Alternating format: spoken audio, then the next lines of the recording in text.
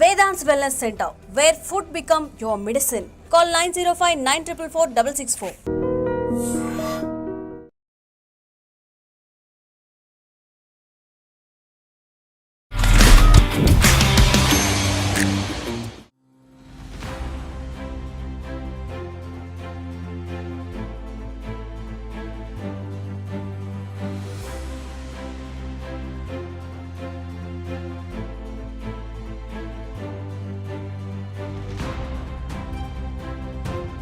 ఉన్న అందరు లేడీస్, మా అమ్మ కానీ మా అమ్మమ్మ వాళ్ళు కానీ వాళ్ళందరి జనరేషన్ని కంప్లీట్గా టీవీల ముందు అట్టే కూర్చోబెట్టి దేవుడి కరుణ, దేవుడి అనుగ్రహము ఉంటే తప్ప అసలు బయటికి వెళ్ళాలి అంటే 10 మంది పర్మిషన్ అడిగే ఫ్యామిలీ నుంచి వచ్చిన నేను,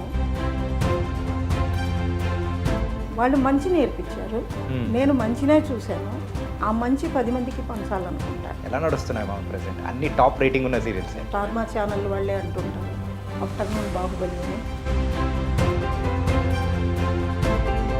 వాళ్ళే ఇవాళ టీవీ ప్రేక్షకులు అయ్యారు. అప్పుడు థియేటర్లకు వెళ్ళి చూశారు, ఇవాళ కూర్చొని చూస్తున్నారు. ఇంట్లో మంచి చెప్పే తాత, నాన్నమ్మ ఇలాంటి వాళ్ళు కరువు అయిపోయారు. అందరికీ నచ్చాలి అనే పాయింట్ పెట్టుకోవడానికి రీజన్ ఏంటి? టీవీ అనేది family entertainer, not for only ladies. పాపం వాళ్ళు ఆ కష్టాన్ని చాలా ఇష్టంగా భరిస్తూ నన్ను ప్రమోట్ చేస్తున్నారు. మంజులా నాయుడు గారితో ఒక రకంగా మంజు గారు నన్ను చెడగొట్టారు. పైకి రాల, అప్పుడప్పుడే అప్కమింగ్ రైటర్ని, ఇంకా మీ సర్వీస్ చాలు అన్నట్టుగా పక్కకు పెడతారు. టైటిల్స్ వేసేటప్పుడు నా పేరు వేయాల. నియర్లీ 10 years తర్వాత నాకు నంది అవార్డు వచ్చినప్పుడు నేను ఒక్కటే మాట అన్నానండి, ఇన్నేళ్ళు పట్టిందా అని అడిగా. యాజ్ ఎ రైటర్ నేను అనుకున్నది ఏంటి అంటే, ఎమోషన్స్ కథగా చూపాలి అంటే ఆడియన్స్కి అవి తెలియాలి, అంటే వాళ్ళ అనుభూతుల్లో. ప్రీవియస్గా ఏదైనా మూవీ చేశారమ్మా? నేను ఫీల్డ్లోకి వచ్చిన కొత్తల్లోనే దానికి నేషనల్ అవార్డు కూడా వచ్చింది. దానిలో 2 పాటలు రాశాను నేను. ఆశయాలకు ఆలోచనలకు వారసులు ఉండరు, ఆస్తులకి ఐశ్వర్యాలకి ఉన్నట్టుగా. Hi guys, welcome to I dream. నేను మీ చాణక్య. ఈరోజు మన రియల్ టాక్ విత్ చాణక్యలో ఒక సర్ప్రైజింగ్ గెస్ట్ను కూడా నేను తీసుకొచ్చాను.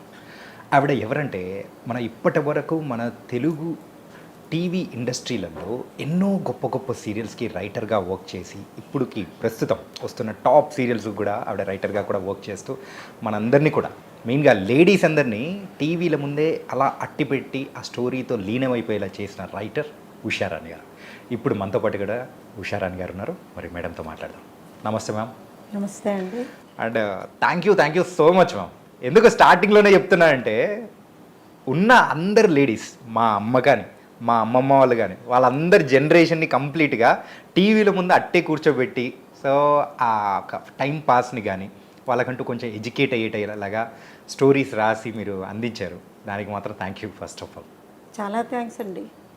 ముందు ఈ విషయంలో నేను థ్యాంక్స్ చెప్పుకోవాల్సింది నాకు జన్మ ప్రసాదించిన భగవంతుడికి, నాకు జన్మనిచ్చిన నా తల్లిదండ్రులకి. ఇదంతా నాకు ముందున్నారు, మీకు వెనకలున్నారు. అమ్మవారు సరస్వతీదేవి, ఆమె అనుగ్రహం, ఈయన దీవెనలు, నా వెనుకున్న వెంకటేశ్వర స్వామి. దేవుడి కరుణ, దేవుడి అనుగ్రహము ఉంటే తప్ప, ఒక ఆర్థడాక్స్ ఫ్యామిలీలో పుట్టి అసలు బయటికి వెళ్ళాలి అంటే 10 మంది పర్మిషన్ అడిగే ఫ్యామిలీ నుంచి వచ్చిన నేను ఈరోజు ఇంతమంది నచ్చి మెచ్చే విషయాలు రాయగలుగుతున్నాను అంటే కారణం నా పెంపకం, నా కుటుంబం. సూపర్. వాళ్ళు మంచి నేర్పించారు, నేను మంచినే చూశాను. ఆ మంచి 10 మందికి పంచాలనుకుంటాను. సమాజంలో మంచి చెడు 2 ఉంటాయి, కానీ చెడును ఎక్కువ వేలెత్తి చూపించి డిస్కస్ చేసుకుంటే చెడే ప్రసారం అవుతుంది. అదే మాట్లాడతాం. అదే మంచిని గురించి మాట్లాడి మంచికి ప్రచారం ఎక్కువ ఇస్తే మనుషుల్లో వైబ్రేషన్సే మారిపోతాయండి, పాజిటివ్ వైబ్రేషన్స్ ఉంటాయి. అందుకే మన పెద్దలు ఈ మధ్య ఒక మాట చెప్తున్నారు, మంచి ఉంటే మైక్లో చెప్పు, చెడు ఉంటే చెవిలో చెప్పు అని. నేను అది బాగా నమ్ముతాను. ఓకే. ఒక రకంగా ఇవాళ ఫీల్డ్లో నేను ఇంతకాలం నిలబడ్డాను అంటే అవతలి వాళ్ళు నేను ఎలాంటి దాన్ని అని గ్రహించడం కూడా ఒక కారణం.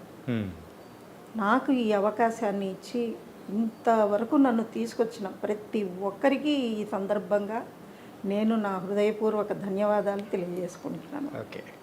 ప్రస్తుతం అయితే మీరు వర్క్ చేస్తున్న సీరియల్స్లో మెయిన్గా బాగా అందరికీ నోటెడ్ అయింది కార్తీక దీపం, ఇది నవవసంతం. అంటే సెకండ్ సీజన్ అనే అనుకోలేము మనం. మెయిన్గా వెబ్ సిరీస్లలో నెక్స్ట్ సీజన్ అన్నట్టు సీరియల్స్లలో కూడా ఈ కార్తీక దీపం 1 మనం చూసాము. ఈ కార్తీక దీపం, ఇది నవవసంతం అనేది కూడా మీరు చేస్తూ ఉన్నారు. దాంతోపాటు కూడా పాపే మా జీవన జ్యోతి కానీ, బొమ్మరిల్లు, ఇలాంటి సీరియల్స్ ఎలా నడుస్తున్నాయి మా ప్రజెంట్? అన్ని టాప్ రేటింగ్ ఉన్న సీరియల్సే. బాగున్నాయండి. కార్తీక దీపం ఇవాళ కార్తీక దీపం 2, కార్తీక దీపం ఇది నవవసంతం అనేది నంబర్ 1 పొజిషన్లో ఉంది. తర్వాత పాపే మా జీవన జ్యోతి మా స్టార్ మా ఛానల్ వాళ్ళే అంటుంటారు ఆఫ్టర్నూన్ బాహుబలి అని.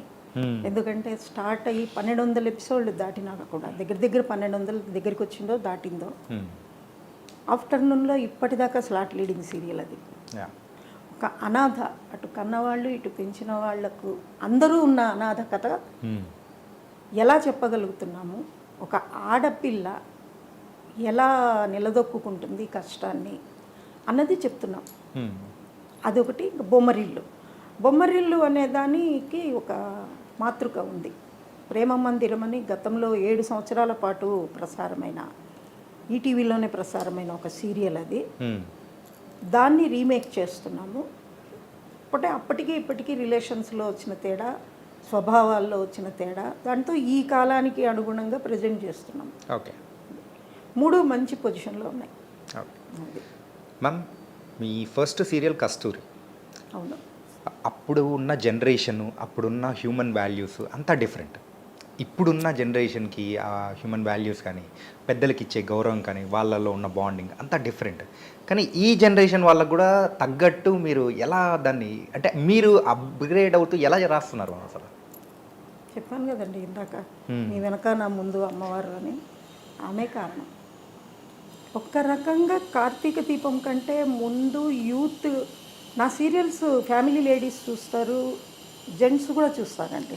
అది అగ్నిపూలు, కెరటాలు, ఆ టైంలో నాతో ఎంతోమంది మాట్లాడేవాళ్ళు. తర్వాత గుప్పెడంత మనసు అని ఈ మధ్య ఒక సీరియల్ 3 నెలలైందో 4 నెలలైందో అయిపోయి, అది totally youth oriented, education oriented. అందులో ఫ్యామిలీ డ్రామా. విడిపోయిన తల్లి కొడుకులు, భార్యాభర్తలు కాదు, విడిపోయిన తల్లి కొడుకులు, వాళ్ళ ఘర్షణ, వాళ్ళ స్పందనలు, వాటి మీద. అది మేము తీసుకున్నది ఎలా తీసుకున్నాము అంటే, ఒక్కటి చిన్న స్టాటిస్టిక్స్ మనం ఇక్కడ చెప్పుకోవాల్సింది. గతంలో మంచి సినిమాల ప్రేక్షకులే ఇవాళ టీవీ ప్రేక్షకులు. ఆ రోజు 20 ఏళ్ల వాళ్ళు ఇవాళ 50 ఏళ్ల వాళ్ళు, 60 ఏళ్ల వాళ్ళు ఉండొచ్చు. అంటే వాళ్ళే ఇవాళ టీవీ ప్రేక్షకులు అయ్యారు. అప్పుడు థియేటర్లకు వెళ్ళి చూశారు, ఇవాళ కూర్చుని చూస్తున్నారు. ఇవాళ మనము పలానా సినిమాలు గొప్పవి అని చెప్పుకుంటే ఆ 100 సినిమాలు చూసిన వాళ్ళే ఇవాళ 10 సీరియల్స్ చూస్తున్నారు. వాళ్ళకి నచ్చుతుందండి మంచి, వాళ్ళకి మంచి విలువలు, మంచి నైతికత అవన్నీ మనం చెప్తూ పోతే వాళ్ళు ఈ రోజుకి అదే ఇంట్రెస్ట్తో చూస్తారు. వీళ్ళకి జనరేషన్ అంటదు. ఆ జనరేషన్ అనేది ఎక్కడ వచ్చింది, నేను బాగా గమనించిండేది నా అంచనా ప్రకారం, ఎప్పుడైతే జాయింట్ ఫ్యామిలీస్ విడిపోయి ఈ న్యూక్లియర్ ఫ్యామిలీస్ వచ్చేసాయో అక్కడ మీకు పిల్లల భావాల్లో మార్పు వచ్చింది. ఆ పిల్లలకి ఈ తల్లిదండ్రులు ఇచ్చిన ఎక్కువ ప్రయారిటీ, ఎక్కువ స్వేచ్ఛ, వీళ్ళకున్న ఆశలు, అంచనాలు, వాళ్ళకి లైఫ్ మీద కంటే లైఫ్ గోల్ మీద ఒక యాంబిషన్ పెరిగేలాగా చేసింది. Life is different from life goal. Right. కానీ రెండింటినీ సమానంగా మనం సమతుల్యంగా చూస్తూ వస్తే వీళ్ళకి ఇటు మనుషులు మిగిలేవాళ్ళు, అటు వాళ్ళకు వ్యక్తిగతమైన అభివృద్ధి మిగిలేది. కానీ మనుషులను పోగొట్టుకున్న జనరేషన్ మా పిల్లల జనరేషన్. మేము కాదు, మేము అటు ఇటు అన్నీ నేర్పించిన వాళ్ళతోనే ఉన్నాం. కానీ మాకు పిల్లలు పుట్టేటప్పటికి వాళ్ళకి ఏమైందంటే, ఇంట్లో మంచి చెప్పే తాత, నాన్నమ్మ ఇలాంటి వాళ్ళు కరువైపోయారు. అమ్మ నాన్న ఎంతసేపు పిల్లలకి ఏం కావాలో అది ఇవ్వాలి, వాళ్ళకు ఆర్థికంగా ఏ లోపం రాకూడదు అని అమ్మ నాన్న పరిగెత్తి సంపాదించే ధ్యాసలో పడిపోయారు. వీళ్ళకి ఇచ్చిన సమయం స్వేచ్ఛగా మారింది. దాంతో మాకు ఫ్రెండ్స్ ఉంటే చాలు, మాకు ఫ్యామిలీస్ అక్కర్లేదు, నా ఫ్రెండ్స్తో నాకు ఎంజాయ్మెంట్ చాలు. నేను ఇంట్లో ఫెస్టివల్ ఇక్కడికి చేసుకోను, నేను బయటికి పోయి మా ఫ్రెండ్స్తో చేసుకుంటా, ఇలా అనేవాళ్ళు పెరిగిపోయారు. అవును. ఆ పెరిగిపోయేటప్పుడు వాళ్ళు ఇప్పటికే అలాగే ఉన్నారండి, ఇప్పటికే అలాగే ఉన్నారు. కాబట్టే కొన్ని అర్థం లేని మాస్ మూవీస్ అంత పెద్ద హిట్ అవుతాయి. కానీ వాళ్ళల్లో కూడా మంచి అనేది ఎంత బాగుంటుంది అన్నది తెలియాలి. ఆ తెలియజేసే పద్ధతి సీరియల్స్, సినిమాలు బాధ్యత తీసుకుని చేయలేవు. 100లో 10వ వంతు మాత్రమే వీళ్ళు తీసుకుంటారు. వాళ్ళ పెద్దలే చెప్పాలి. ఓకే, వాళ్ళే తప్పట్టు అడిగేశారు, ఇంకేం చెప్తారు? ఇది నా ఉద్దేశం. ఓకే. ఎందుకంటే అప్పుడు ఇప్పుడు ఏ జనరేషన్లో అయినా మంచి చెబితే వినేవాళ్ళు, మంచిని ఇష్టపడేవాళ్ళు ఇంటాక్ట్ అలాగే ఉన్నారు. ఏది మంచి ఏది చెడు తెలుసుకోలేని వాళ్ళే అన్బ్యాలెన్స్ అవుతుంది. సీరియల్స్ ప్రభావము ఇంట్లో కుటుంబాల మీద ఉంటుందంటారా? ఏమోనండి, అది ఇందాకే మీకు చెప్పాను కదా, మనం చెడు ఎక్కువ మాట్లాడుకుంటే చెడుకు అలవాటు పడిపోతాము. ఇప్పుడు మీకు మహాభారతం మనము ప్రవచనానికి వెళ్ళి వచ్చిన తర్వాత మీరు ఒక క్యాబరే డ్యాన్స్ ఏదో చూడండి, దీనిలో మీకు కిక్ వస్తుంది. మళ్ళీ రెండోసారి టైంపాస్కి ఎక్కడికన్నా పోవాలంటే ప్రవచనానికి పోరు, ఇక్కడికే వెళ్తారు. ఇందులో ఏమీ లేదు, నథింగ్, ఓన్లీ టైంపాస్ తప్ప. అక్కడ మీకు ఎంతో ఉపయోగపడే విషయం ఉంది. కానీ మనలో బలహీనత ఏంటంటే మనకు కావాల్సింది టైంపాసే. ఆ టైంలో మనం ఎంత వాల్యుబుల్ రిసీవ్ చేసుకుంటున్నాం అన్న దాని మీద మన దృష్టి ఉండదు. నాకు కావాల్సింది ఏదో, నేను ఉద్యోగం చేసుకుంటున్నాను, సంపాదించుకుంటున్నాను, మా వాళ్ళు తెచ్చి పెడుతున్నారు, నాకు కావాల్సిన టైంపాస్, నన్ను బాగా ఎంటర్టైన్ చేయగలిగేది ఏది అని చూస్తాం. ఓకే, ఇటు వెళ్ళిపోతారు. ఇదే అలవాటు అయిపోతుంది. ఎప్పుడో వన్స్ ఇన్వే ఇది లేకపోతే లోపంలాగా కనపడుతుంది.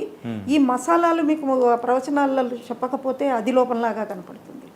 హ్యాబిచువేట్ అయిపోతాడు మనిషి.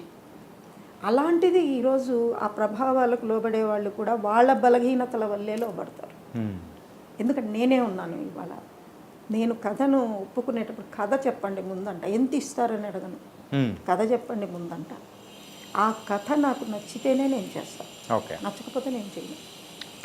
ఆ కథల్లో కూడా కుట్రలు, కుతంత్రాలు, దుర్మార్గాలు ఉంటే నేను చెయ్యను అని చెప్తాను.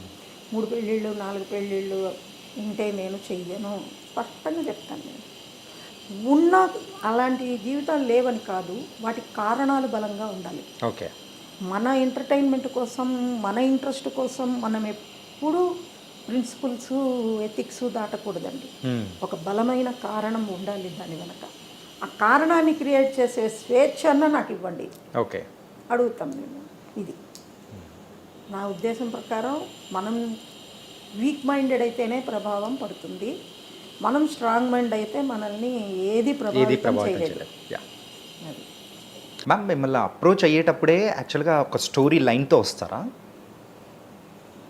అది డిపెండ్స్ ఆన్ చాయిస్. ఓకే, ఒక్కొక్కసారి మంచి కథ చెప్పండి అని అడుగుతారు, ఒక్కొక్కసారి వాళ్ళే కథ సెలెక్ట్ చేసి తెచ్చిస్తారు. దీనికి ఎగ్జాంపుల్ ఏంటంటే, ఇప్పుడు ఈటీవీలో వంశధార అని ఒక సీరియల్ రాబోతోంది. ఓకే, అది కథ నేను. స్టార్ మాలో నిండు మనసులు అని రాబోతోంది, అది కథ వాళ్ళది. ఓకే, అట్లా అది డిఫరెంట్ వేస్లో నడుస్తుంది. కానీ మీ స్టైల్ ఆఫ్ రైటింగ్లో అది మగవాళ్ళకు కూడా నచ్చే విధంగా అనేది కూడా మీరు పాయింట్స్ అనేది కూడా పెట్టుకుంటారు. సో ఎందుకు రీజన్? ఎక్కువగా అంటే చాలామంది రైటర్స్ మన టార్గెట్ లేడీస్, ఓన్లీ వాళ్ళకి నచ్చితే చాలు అని అనుకునే వాళ్ళ దగ్గర నుంచి మీరైతే అందరికీ నచ్చాలి అనే పాయింట్ పెట్టుకోవడానికి ద రీజన్ ఏంటి? దీని మీద ఆడవాళ్ళతో పాటు మగవాళ్ళు కూడా ఉన్నారు కదండి. ఉంటారు. కాదే, సీరియల్స్ అంటే ఓన్లీ లేడీస్కే అని చెప్పేసి ఒక టైప్ ఆఫ్ ప్రోమో అనేది పెట్టారు. అది చాలా తప్పు. ఓకే, అది నేను ఒప్పుకోను. ఇక్కడ ఆడమగ కూడా, ఆడమగ డిఫరెన్స్ ఒకటే కాదు, చిన్న పెద్ద డిఫరెన్స్ కూడా ఉంది. నేను యూత్కి నచ్చాలి, ఫ్యామిలీ మిడిల్ ఏజ్ వాళ్ళకి నచ్చాలి, ఓల్డ్ పర్సన్స్కి నచ్చాలి అని నేను ఆలోచిస్తాను. ఓకే, అది ఎందుకు అంటే టీవీ అనేది family entertainer, not for only ladies. Exclusively ladies అంటే ఓ కుట్లు అల్లికలు ప్రోగ్రామ్స్ ఇట్లాంటివి ఉంటాయి. కానీ ఇది అలా కాదు కదండి. ఒక కథ అంటే పూర్వము శరత్చంద్ర సాహిత్యం ఉన్న, అంతకుముందు గొప్ప గొప్ప వాళ్ళు రాసా కూడా అందరినీ దృష్టిలో పెట్టుకుని రాస్తారు, కానీ ఒక ఆడవాళ్ళకని ఒక మగవాళ్ళకని అది రాయరు. కాబట్టి నేను అందరి కోసమనే ఆలోచిస్తాను. చాలా దెబ్బలాడుతాను మా వాళ్ళతో, మా ఈపీస్తో కానీ, తర్వాత మా ప్రొడ్యూసర్స్తో కానీ, డైరెక్షన్ డిపార్ట్మెంట్లో, స్క్రిప్ట్ డిపార్ట్మెంట్లో వాళ్ళతో కానీ. మీరు ఎందుకు పర్టికులర్గా ఒక్క యాంగిలే పెట్టుకుంటారు? మీరు మొత్తం మన దృష్టి విశాలమవుతే కథకు పటుత్వం వస్తుంది.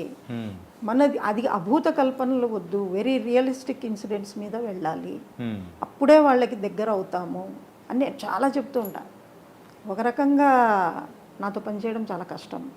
పాపం వాళ్ళు ఆ కష్టాన్ని చాలా ఇష్టంగా భరిస్తూ నన్ను ప్రమోట్ చేస్తున్నారు.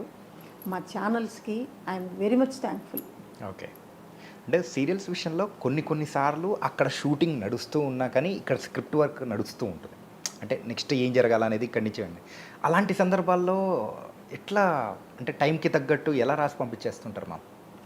మీరు చెప్పే కష్టం స్క్రీన్ ప్లే రైటర్ ఉండదండి, డైలాగ్ రైటర్ ఉంటుంది.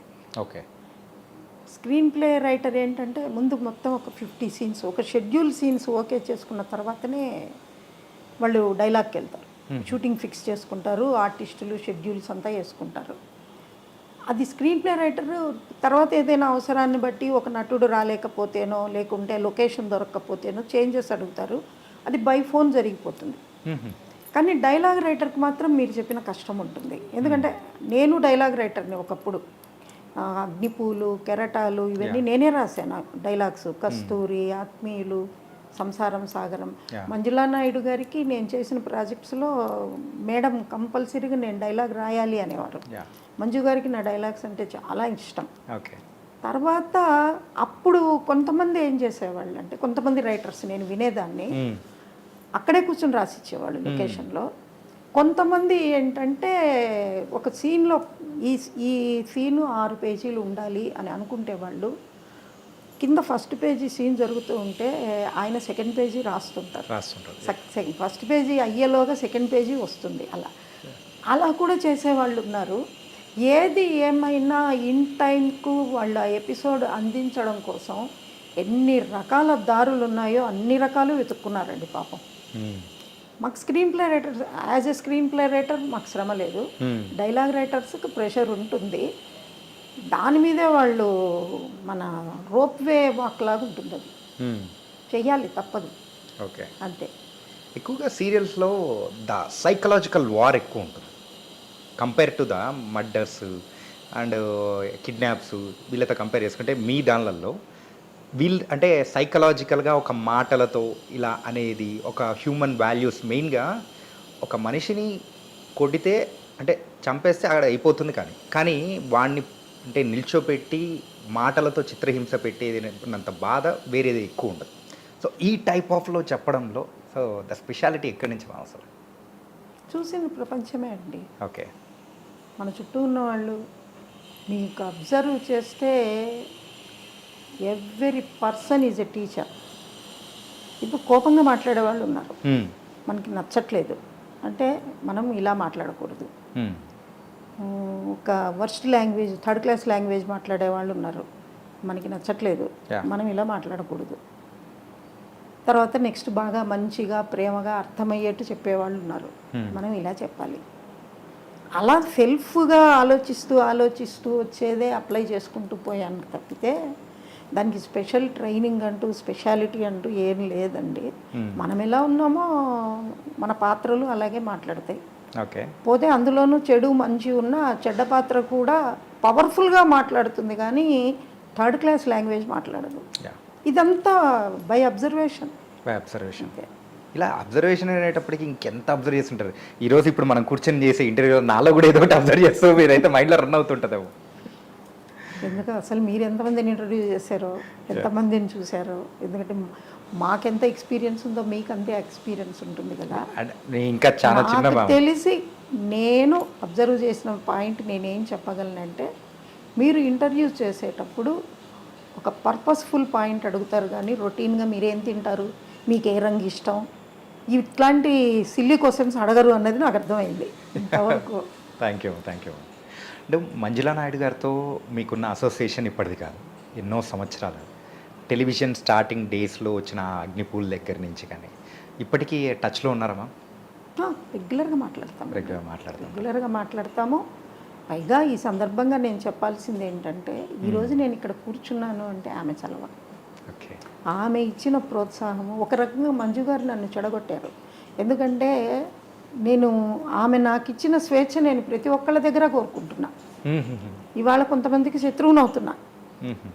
ఆమెకి జడ్జిమెంట్ తెలుసు, అంటే వీళ్ళకి జడ్జిమెంట్ తెలియదని కాదు, వేవ్ లెంత్ ఒకటిగా ఉండదు. అది ఒక పర్సన్ టు పర్సన్ మారిపోతూ ఉంటుంది. అది నేను మాత్రం మంజులా నాయుడు గారి దగ్గర పనిచేసినంత కంఫర్టబుల్గా ప్రతి ఒక్కళ్ళ దగ్గర పనిచేయాలని కోరుకుంటా. కానీ అందరూ మంజులా నాయుడు గారు కాలేదు కదండి. దీంతో కొంతమంది దృష్టిలో అబ్బా ఆమెతో నా వద్దులే, ఆమెతో అయితే చెయ్యము, ఆమె స్క్రిప్ట్ చెయ్యము అనేవాళ్ళు కూడా ఉన్నారు ఫీల్డ్లో. ఓకే. ఏమనుకోము, మనకు కలవలేదు, అభిప్రాయాలు కలవలేదు. ఎందుకంటే ఇందాక మీతోనే అన్నాను కదా, మనం కొంత ప్రీ ప్లాన్ చేసుకొని ఉంటే మా హైడౌట్ అని మాదొక రిసార్ట్స్ ఉంది, అక్కడ మనం చేసుకునే వాళ్ళమండి, చాలా బాగుంటుంది మీకు చెప్పా కదా. అది మా బాబు ఇంట్రెస్ట్ అండి.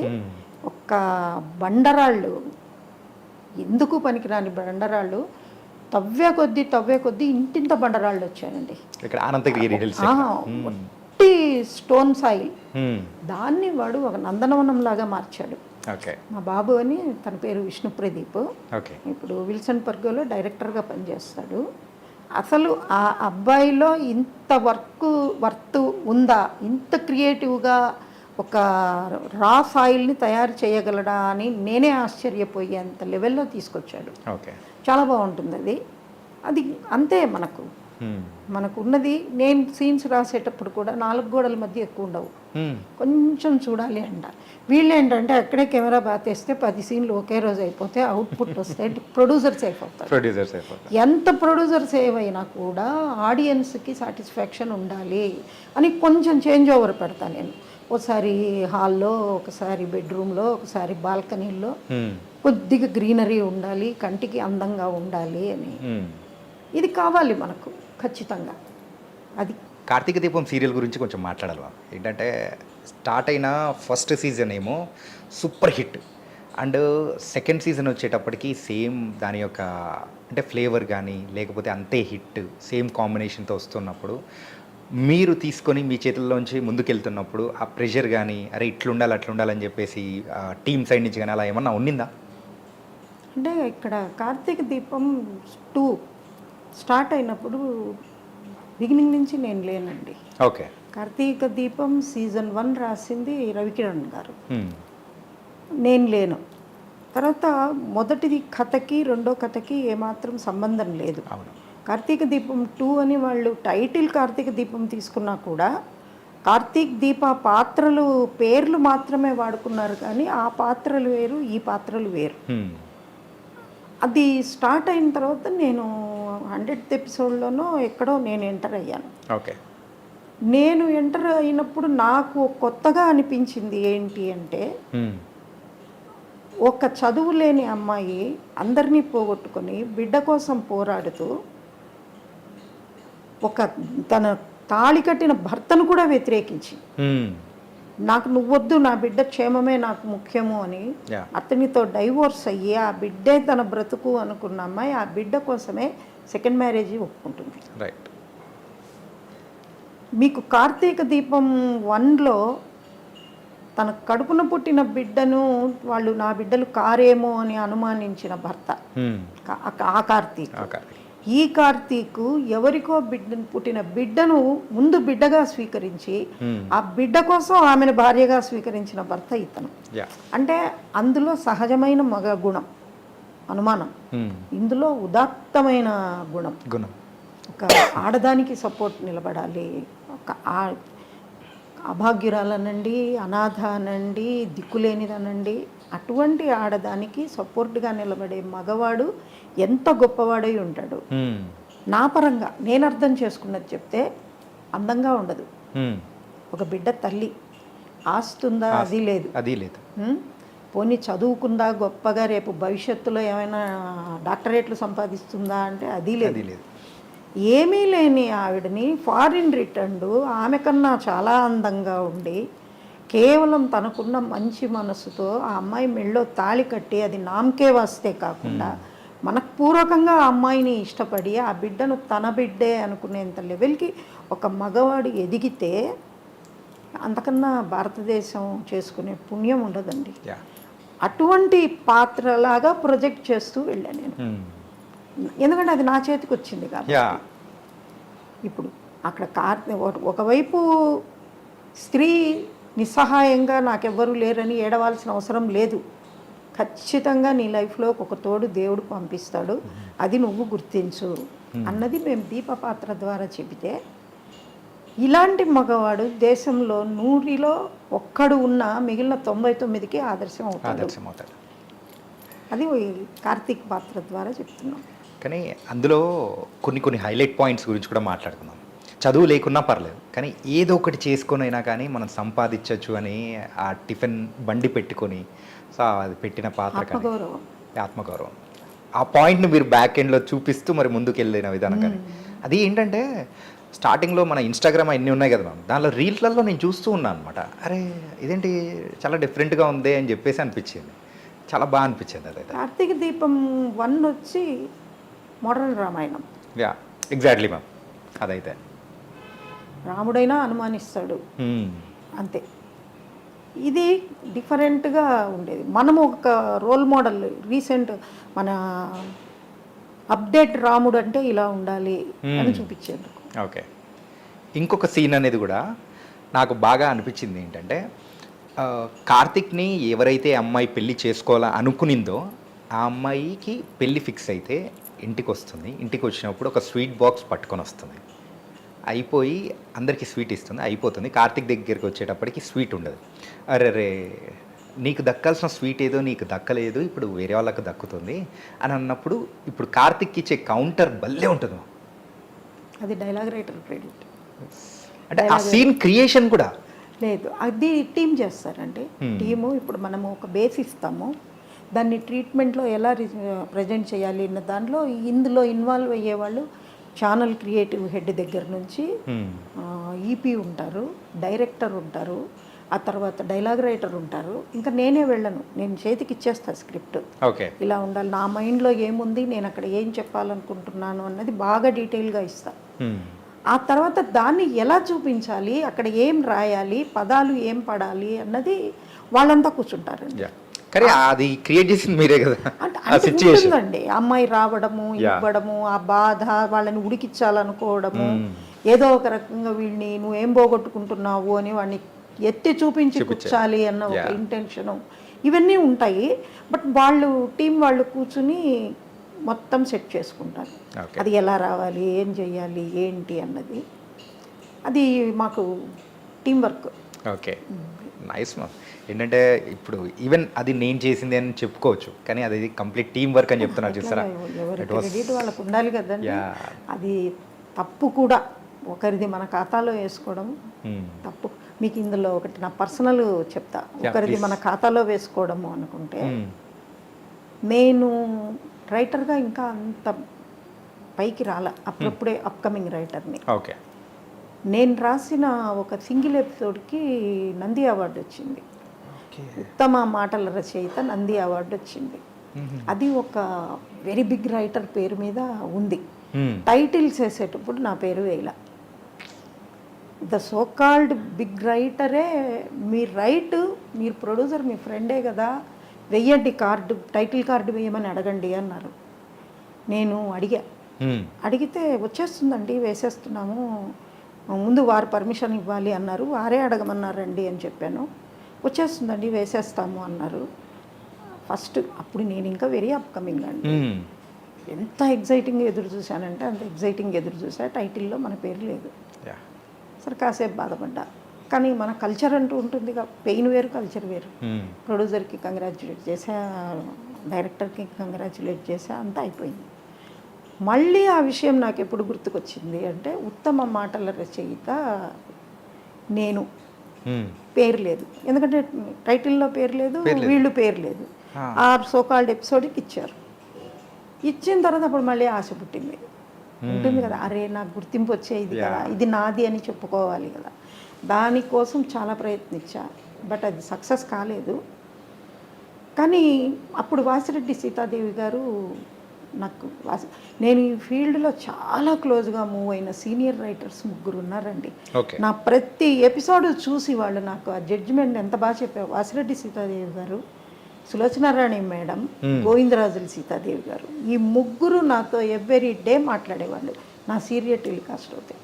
కొంచెం సులోచనారాణి మేడం తక్కువ. వీళ్ళు వాసిరెడ్డి సీతాదేవి గారు ఆ కమిటీకి ఆవిడ చీఫ్. నువ్వెందుకు నాకు చెప్పలేదు అంటారు. నాకు అవసరం అనిపించలేదు, ఎందుకంటే నేను పోట్లాడి సాధించేదేముంది, నాదైతే అది ఎప్పుడైనా వస్తుంది అన్నారు. నెక్స్ట్ కొన్ని ఏళ్ల తర్వాత నియర్లీ 10 years తర్వాత నాకు నంది అవార్డు వచ్చింది. ఎగ్జైట్ అయిపోతూ ఫోన్ చేశారు, మీకు నంది అవార్డు వచ్చింది మేడం అని. ఏ సీరియల్కి నాకు వచ్చిన నంది అవార్డు నీలాంబరి అనే ఒక స్టోరీ రైటింగ్కి వచ్చింది. ఓకే. వచ్చినప్పుడు నేను ఒక్కటే మాట అన్నానండి, ఇన్నేళ్ళు పట్టిందా అని అడిగా. అంతే కదా మరి, నా వర్త్ నాకు 10 ఏళ్ల కిందటనే నాకు తెలిసిపోయింది, మీకు తెలియడానికి ఇన్నేళ్ళు పట్టింది, అది నా సమస్య కాదు. నేను ఇంకొకటి లక్కీయెస్ట్ రైటర్, నేను as a person luckiest, very good family, as a writer luckiest, very good career.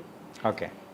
నేను ఎంటర్ అయిన కస్తూరి నుంచి ఈ రోజు దాకా నేను నా కలం ఆగలేదండి. రాస్తూనే ఉన్నాను. ఇప్పటికీ రాయమని అడిగేవాళ్లే కానీ ఇంకెన్నాళ్ళు రాస్తావులేమ్మా అని కూర్చోనే వాళ్ళు లేరు. ఎందుకంటే మీరు ఆ సరస్వతి స్వరూపంలా లేదండి, ఏంటంటే ఆ స్టైల్ మ్యామ్.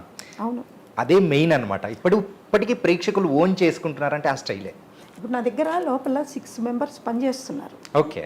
నేను మీకు ఓకే అంటే వాళ్ళని ఇంట్రడ్యూస్ చేస్తాను నేను. Sure ma'am. వాళ్ళు ఎంత ఇది ఉంటుందంటే పిల్లల్లో నేర్చుకోవాలి అన్న తపన. మాకు గురువులు మేము చదివిన పుస్తకాలే. నాకు ఈ రంగంలో గురువు అంటూ లేరండి.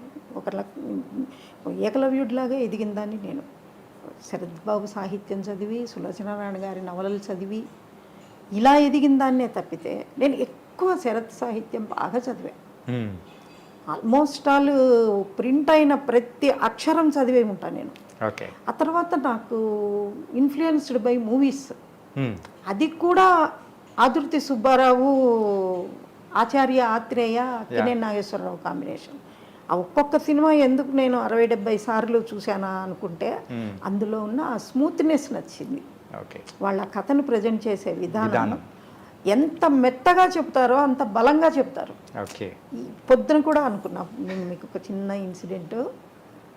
తోడికోడళ్లలో ఏదో అమ్మాయి సావిత్రి కారులో షికారుకి వెళ్ళి పాట అయిన తర్వాత వచ్చి ఎవరి మీద రాసావు అని అడుగుతున్నప్పుడు కాఫీ ఇస్తుంటే 50-50 చెరి సగం తాగుదాము అంటే అది ఎంత బలంగా సన్నివేశం. వాడు అమ్మాయికి కప్పిచ్చి తన సాసరు తీసుకుని కాఫీ తాగే, నాకు తెలియకుండా నాలో ఎంత బలంగా ఆ సంఘటన, ఆ సన్నివేశం నాటుకుపోయింది అంటే గుప్పెడంత మనసులో వాళ్ళిద్దరూ కాఫీ షేర్ చేసుకునే సన్నివేశం హైలైట్. వాళ్ళు ఎప్పుడెప్పుడు కాఫీ షేర్ చేసుకుంటారా రిషిది వసు అని ఆడియన్స్ అంత క్రేజీగా ఎదురు చూశారు. ఆ రోజుల్లో ఉన్న ఆ ట్రెడిషన్ ప్రకారం అట్లా షేరింగ్ అనేది ఏం లేదు. షేరింగ్ లో ఉన్న స్వీట్నెస్సే తెలియదండి. ఈరోజు మరి ఎంగిళ్ళు తింటారు. మా టైంలో మేము ఒకరెంగిలు ఒకరు ముట్టకూడదు, ఇవన్నీ ఉండేవి. ఇప్పుడు ఏంటంటే సమోసా వీడు కొరికి పక్కన పెడితే వాళ్ళు కొరికి తీసుకుంటారు, కానీ షేరింగ్ లేదు. నీకు 50 నాకు 50 అని దాన్ని కట్ చేసి ఒక ముక్క ఇచ్చి తినడం అన్న ఆనవాయితీ ఇప్పుడు లేదు. ఆ రోజుల్లో ఉంది. ఆ రోజుల్లో ఉండేది.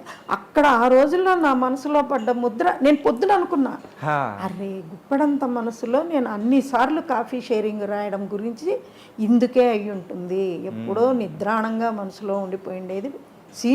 చాలా సీన్లు వచ్చాయండి, 1 కాదు 2 కాదు. కానీ నిజం మీరు చెప్పింది ఇది మాత్రం నిజం. చాలా సీన్స్ వచ్చాయి. ఈ రోజుల్లో ఎంగిలి తింటున్నారేమో కానీ ఆ షేరింగ్ అనేది లేదు.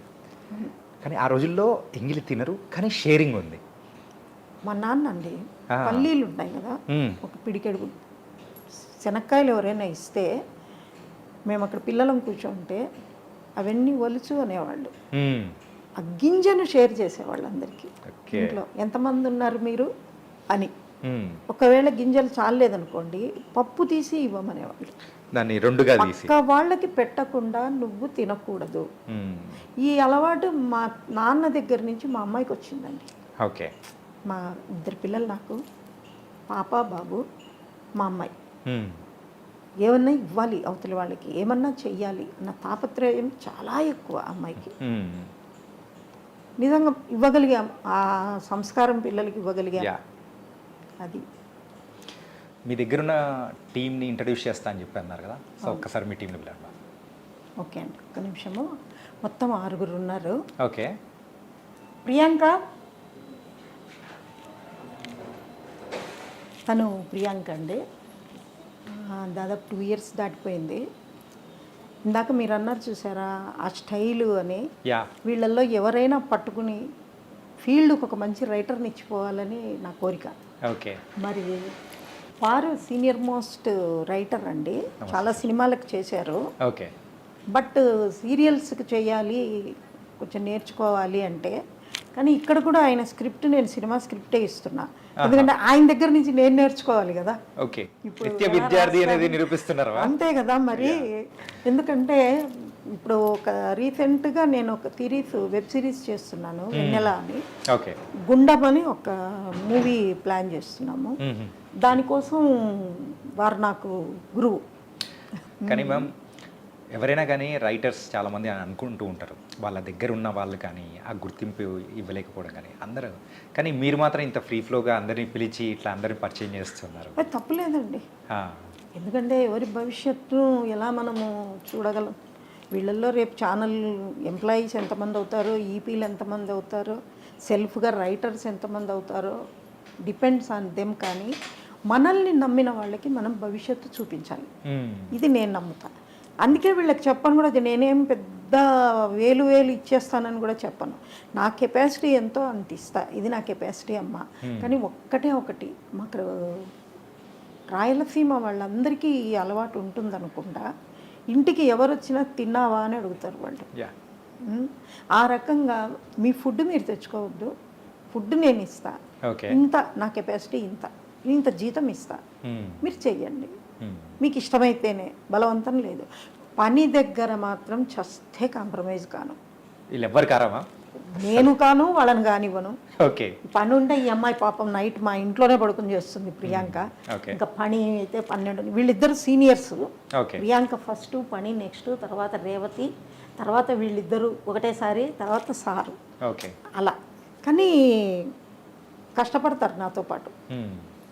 అది ద ఫ్యూచర్ రైటర్స్ అందరు ఇక్కడే ఉన్నారు, అందరు మేడం అండర్లో హ్యాపీగా. Thank you so much bro, really నిజంగా చాలా హ్యాపీగా ఉంది మ్యామ్. ఏంటంటే మీ టీం అందరినీ కూడా పరిచయం చేశారు, అది ఒక డిఫరెంట్ ఎక్స్పీరియన్స్లా అనిపిస్తుంది వాళ్ళకి. అది ఒక ప్రోత్సాహం కదా. ఈ ఫీల్డ్ మీద ఇంట్రెస్ట్తో మేము ఎంటర్ అయ్యాము అన్నది 10 మందికి తెలుస్తుంది కదా. అరే, మీ నంది అవార్డు ఫస్ట్ మిస్ అయిన సందర్భంని మీరైతే ఎంత గుర్తుపెట్టుకున్నారో, సో అలాంటిది నా దగ్గర ఉన్న వాళ్ళు అలా ఉండకూడదు, వాళ్ళకు కూడా ఒక గుర్తింపు కావాలి అని పరిచయం చేసిన విధానం కానీ చాలా బాగుందివా. అంటే ఇప్పటి వరకు ఒక ఎన్ని సీరియల్స్ చేసి ఉంటారు మా? 45 చేసి ఉంటానండి. 45. ఓకే. 35 సీరియల్స్ చేసి ఉంటాను, కొన్ని పార్ట్లీ, కొన్ని కంప్లీట్.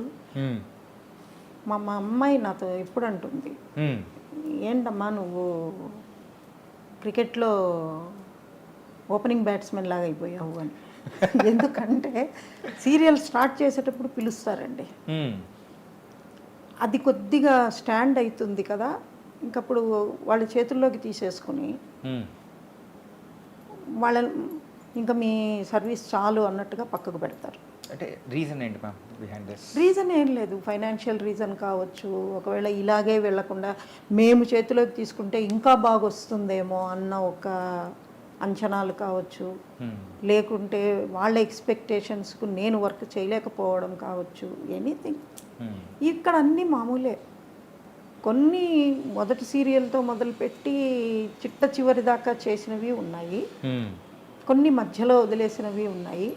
వదిలేసిన ప్రతి దానికి ఒకే కారణం ఉండదు, డిఫరెంట్ రీజన్స్. ఒకటి నేను అనుకున్న కథను వాళ్ళు నడపరు అని నాకు తెలిసిన తర్వాత నేను వదిలేస్తాను. ఓకే, వద్దులే మరి చెత్త వద్దు మనకు అని, అంటే సారీ ఆ మాట అనకూడదు, నేను నాకు చెత్త నా దృష్టిలో, అంటే అది మనది కాదు, ఇంకా అంతే, మన జోనర్ మన జోన్ కాదు అనుకున్నప్పుడు. ఓకే మ్యామ్, ఈ సీరియల్స్ నడుస్తూ ఉన్న టైంలలో కానీ కొన్ని అభిమానుల దగ్గర నుంచి కొన్ని రియాక్షన్స్ అనేది కూడా వస్తూ ఉంటుంది. అంటే అవన్నీ తెలుసుకొని దాన్ని కన్సిడర్ చేసుకొని ఈ కథ అనేది స్క్రీన్ ప్లే రైటింగ్ అనేది కూడా మీరు కన్సిడర్ చేసుకొని ముందుకెళ్తూ ఉంటారు అనుకోవచ్చా? అభిమానులతో నేను రియాక్ట్ అవుతాను, వాళ్ళకి రెస్పాన్స్ ఇస్తాను, కానీ వాళ్ళు ఇచ్చిన సూచనల ఆధారంగా ఎప్పుడు కథ రాయనండి. ఓకే. వాళ్ళ సలహాలు సూచనలు, ఎందుకంటే 1000 మంది చూసేటప్పుడు 1000 రకాల సలహాలు ఇస్తారు, అన్నీ మనం పాటించలేం. పోతే కోయిన్సిడెంటల్గా వాళ్ళు చెప్పింది మనం చేసింది వన్స్ ఇన్ అవే కలుస్తాయి. అప్పుడు వాళ్ళు అనుకుంటారు ఈ రైటర్ మనం చెప్పిన దాన్ని పట్టుకొని రాశారు అని వాళ్ళు అనుకుంటారు. ఇంకా అనుకోని ఇవ్వండి, దానికి మనం ఏం చేయలేము. అది ఈ కామెంట్స్ ఇవన్నీ చూస్తూ ఉంటారా? బాగా చూస్తా. బాగా చూస్తా. ఓకే. బాగా చూస్తాను. నిన్న చెప్పినా తప్పులేదు, ఎందుకంటే వాళ్ళ కార్తీక దీపం నేను రాస్తున్నాను అన్నది చాలామందికి మొన్నటి దాకా తెలియదు. మొన్న రాస్తున్నది ఈ రైటర్ కదా, బాగా సాగదీస్తుంది అని ఎవరో కింద కామెంట్ పెట్టారు.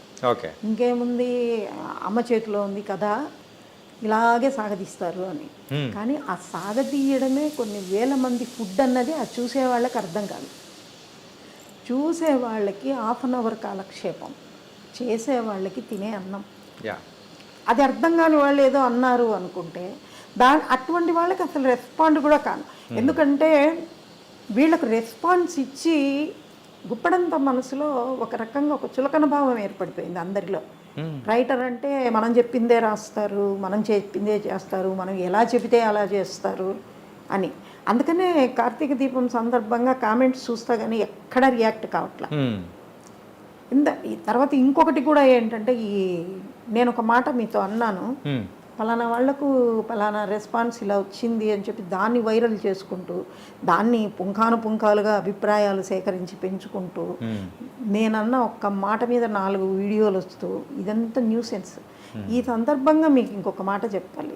ఇవాళ సోషల్ మీడియా అనేది 1000 కాళ్ళ జెర్రి కన్నా ఎక్కువగా పాకిపోతుందండి. అది మంచి కానీ చెడు కానీ. మంచికి పాకిందంటే మనం కోరుకునే భారతదేశం వస్తుంది, కానీ కర్మ కొద్దీ చెడు వైపు పాకిపోతుంది. ఎందుకంటే నా అభిప్రాయం, నేను ఇలా అనుకుంటున్నాను, నీ అభిప్రాయం కూడా అదే అని చెప్పు, నీకు 10 రూపాయలు ఇస్తా.